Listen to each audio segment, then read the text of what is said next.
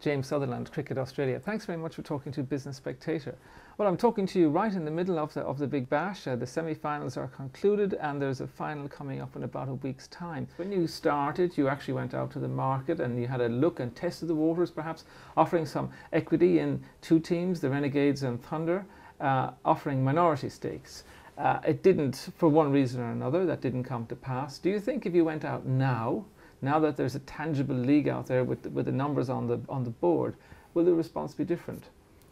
I think so. I think that's definitely the case. Well, will you go back to the market? I think the Cricket Australia board has made a decision at this stage. We want to put that process of reviewing the possibility of private investment on hold for now, and I think what we see ourselves in as we've committed to this establishment phase. And but when might, from a business point of view, when might it be up for review again?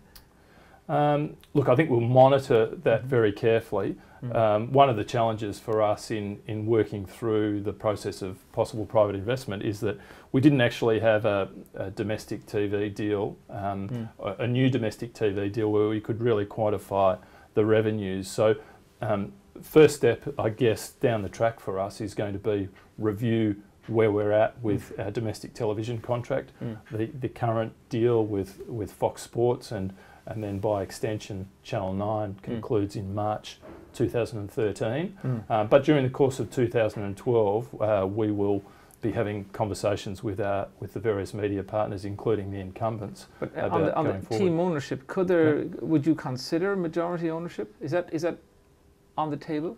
It hasn't been so far. The board has taken, the Cricket Australia board has taken a position that it would be a minority stake.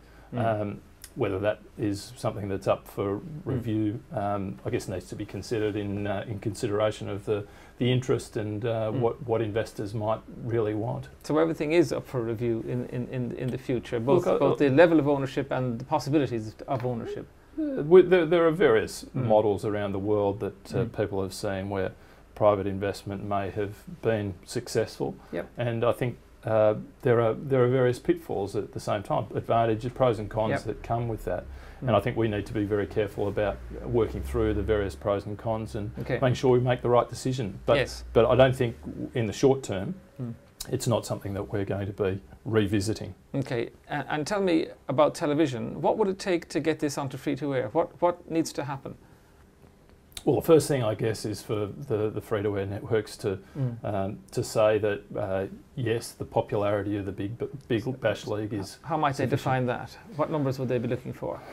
Probably, I would like to think the sort of numbers that we have that we've seen over the course of the last 6 weeks would be a pretty strong indicator to free-to-air networks. This is a product that's going to fly on free-to-air.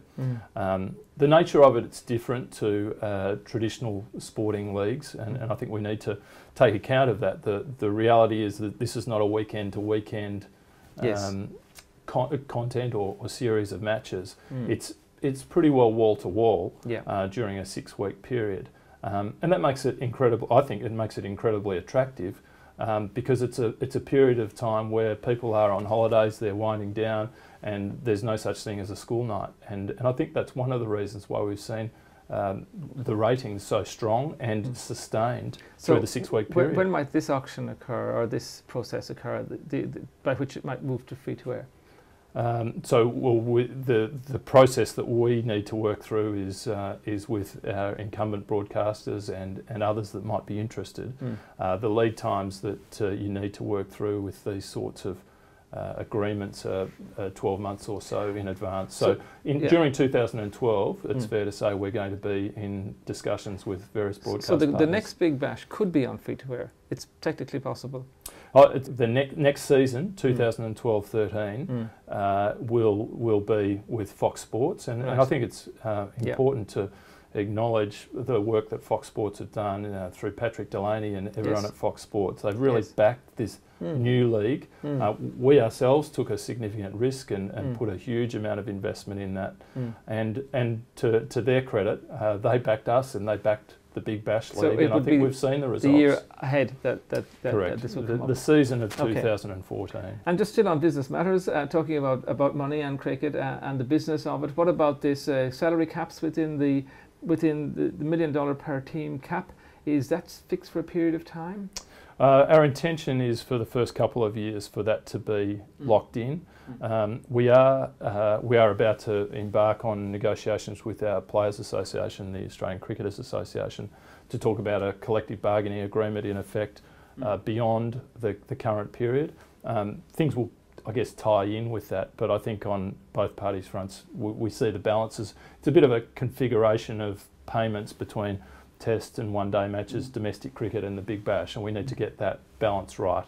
I think we feel as though that it's about right, and until we have a review of revenue from the Big Bash League, then that probably won't change very significantly. Okay, just two final questions. One is a specific question, which is about your limitation, which I presume is something of a hangover, if you like, in your rules about photography at matches, and that you can't put it on Twitter or Facebook, while at the Tennis Open they actually encourage people to share photographs on social media.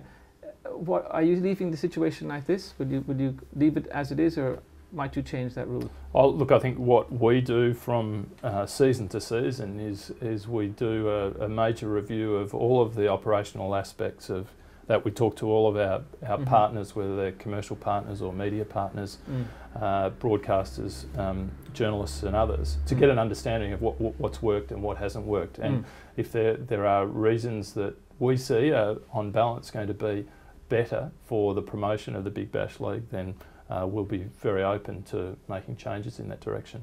Okay, and one final question. We're sitting here beside the magnificent Big Bash trophy, which no one's seen, of course, because it hasn't been hoisted yet by some cricketer on Sunday night. A question from the terraces.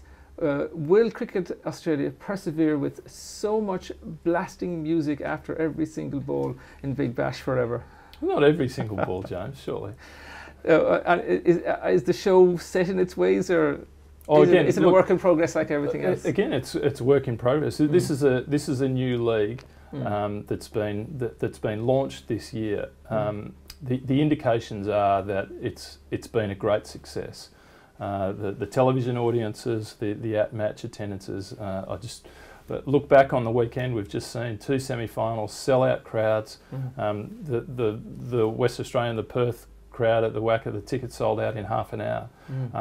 Something's right about this entertainment. We'll take the feedback on the music. I understand some people have a little bit of a problem with the music, but I also see a lot of people dancing in the aisles watching these games. So perhaps if you don't like the music, James, perhaps you should stick to Test cricket. Thanks very much, James Sutherland, for talking to Business Spectator. Thanks, James.